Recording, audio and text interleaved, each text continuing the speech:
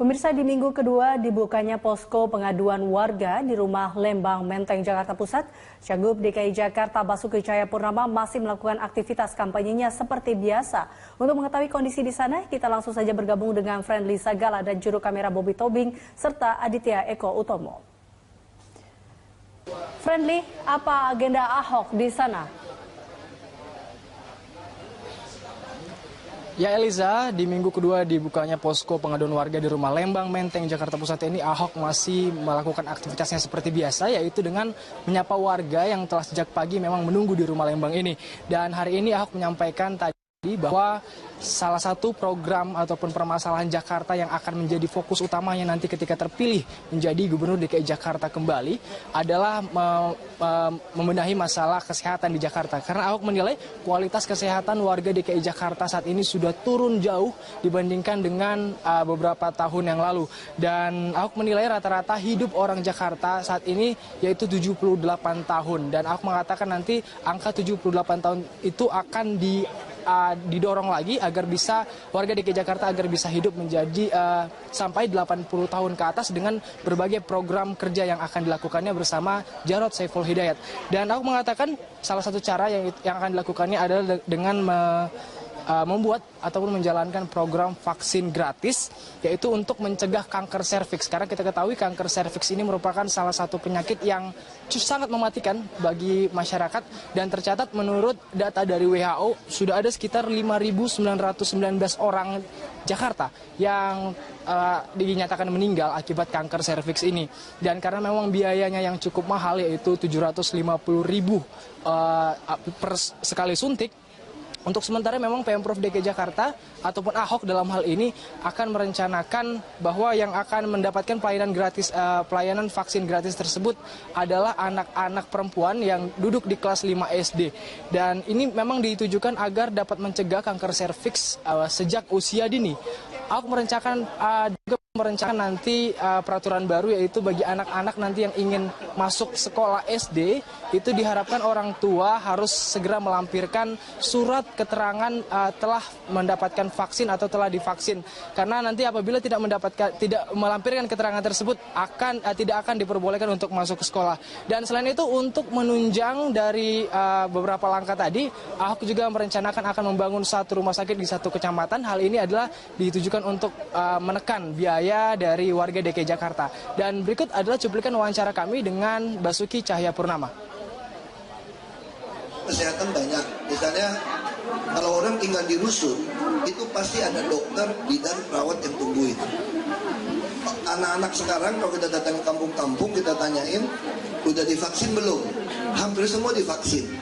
Karena saya meminta syarat, kalau mau masuk sekolah harus punya sertifikat vaksinnya lengkap. Nah, kita lagi dorong mau soal gigi. Tapi yang paling mengejutkan sebetulnya, ketika kami masuk jadi wakil gubernur di DKI, itu kan Oktober ya, 2012. Lalu banjir 2013. Lalu 2014 kami dapatkan data dari WHO, ternyata di Indonesia. Ya Eliza, masih seputar agenda Ahok di rumah Lembang Menteng, Jakarta Pusat ini, calon gubernur DKI Jakarta Basuki Cahayapurnama atau Ahok menyampaikan permintaan maaf atas ucapannya yang menyinggung salah satu surat dalam Al-Quran. Ia bertekad akan memperbaiki sikap dan ucapannya agar lebih baik ke depannya. Hal itu diungkapkan Ahok kepada seorang lansia yang datang ke rumah Lembang dalam kondisi sakit. Meski sakit, lansia tersebut sangat antusias memberi semangat kepada Ahok. Ahok pun yang semula duduk di kursi rela turun dari panggung untuk dapat berdialog langsung dengan lansia tersebut. Ahok menyadari sikap dan ucapannya selama ini memang kasar dan arogan. Cagup nomor urut 2 itu pun berjanji akan mengubah sikapnya dan meminta semua pendukung mendoakannya untuk dapat berubah menjadi yang lebih baik. Jadi anak yang saya udah ikutin beberapa nasihat teman-teman orang tua dari muda, ya memang saya harus memperbaiki sikap saya, Pak. Melalui peristiwa ini ya saya menyadari memang mungkin bawaan saya itu orangnya itu mau apa kayak gitu, Pak. Kita suka nantangin orang juga, Pak. Ya kadang-kadang saya udah renungkan, ya kita dikasih fisik yang kuat, yang baik, bukan buat nantang untuk berantem juga gitu, Pak. Ya saya pikir itu yang kita saya lagi berusaha Pak, minta dukungan doanya supaya ini selamanya bisa berubah lebih baik Pak. Ya. Dan pemirsa, untuk mengetahui perkembangan terkini di Istana Kepresidenan, kita bergabung dengan reporter Nurulita dan juru kamera Rianto Trihutomo. Lita, apa saja poin yang dibahas dalam pertemuan antara Megawati Soekarnoputri dan Presiden Jokowi hari ini? Ya, Carlos, ketika siang tadi Presiden Joko Widodo menerima kunjungan dari Presiden kelima Republik Indonesia, Megawati Soekarno Putri, ada beberapa hal yang dibahas dalam pertemuan itu, di mana Presiden mengawali kalimat pembukanya dengan bahwa saling kunjung ini merupakan adalah sesuatu yang harus menjadi tradisi Nusantara dan tidak boleh lagi tergerus oleh zaman. Kemudian dengan melakukan pertemuan seperti ini, komunikasi ini merupakan lebih efektif untuk menemukan solusi berbagai permasalahan yang terjadi, khusus yang terjadi di negara ini. Seperti misalnya tadi Presiden membicarakan berbagai hal dari mulai isu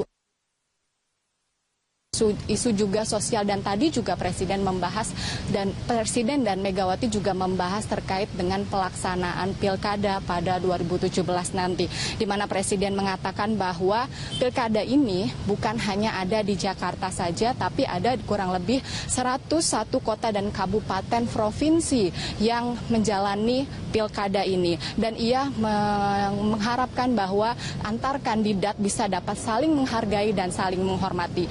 Begitu juga dengan Megawati yang mengatakan bahwa pilkada ini merupakan sudah biasa dilakukan oleh Indonesia, dan memang dalam periode pilkada kali ini memang ada yang berbeda, di mana menurutnya pilkada di Jakarta khususnya dibuat sedemikian rupa yang sehingga membuat bahwa pilkada di Jakarta ini menjadi lebih besar dan menjadi perhatian publik di seluruh Indonesia. Selain itu tadi Megawati juga menyampaikan bahwa terkait dengan demo pada 4 November lalu, banyak sekali masyarakat yang sebenarnya tidak tahu tujuan atau maksud dari demo yang lalu, sehingga ia juga meminta bahwa seluruh masyarakat, elemen media untuk menyejukkan dan memberikan suasana yang damai di Indonesia agar tidak terjadi perpecahan di NKRI ini. Dan berikut pernyataan dari Megawati Soekarno Putri.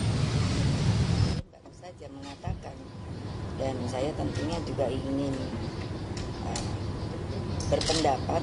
Kami tadi sudah banyak berbincang, dan seperti tadi yang Bapak Presiden katakan, kami sering sekali bertemu karena beliau tentunya dengan saya ingin mendiskusikan hal-hal yang pada waktu ini terjadi baik secara nasional maupun internasional.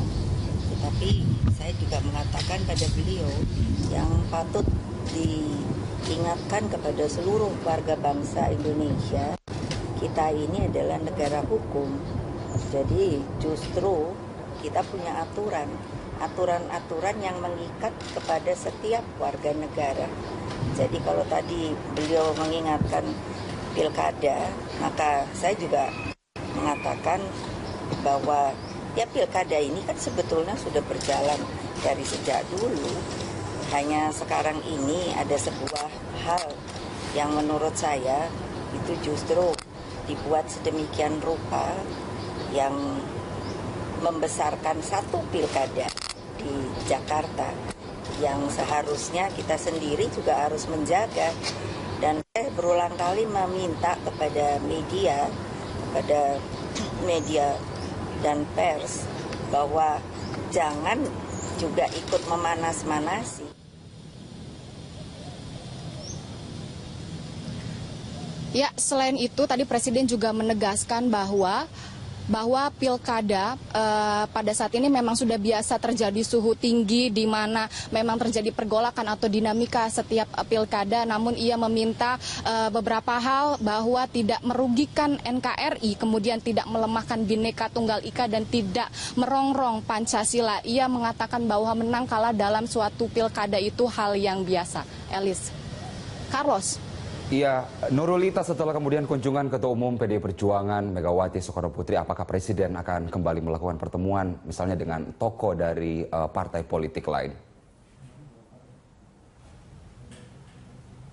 Carlos, tadi saat melakukan pertemuan dengan Megawati juga sempat Megawati mengatakan bahwa nantinya ia meminta izin kepada Presiden akan ada pertemuan ketum-ketum parpol, khususnya ketum-ketum parpol yang mendukung pemerintahan untuk membicarakan bagaimana politik di Indonesia jelang pilkada ini. Namun Presiden sendiri belum bisa mengatakan kapan hal itu akan terjadi, namun kemungkinannya pastinya akan bisa dilakukan karena mengingat beberapa waktu lalu Presiden juga pernah dikunjungi oleh Prabowo sebagai kunjungan balasannya ke Istana Presiden. Kemudian ada juga beberapa ketum-ketum parpol lainnya yang dimana memang mendukung pemerintahan Jokowi ini datang dan bertemu secara langsung untuk membicarakan situasi dan kondisi politik menjelang pilkada pada nanti Februari 2017 nanti, Carlos.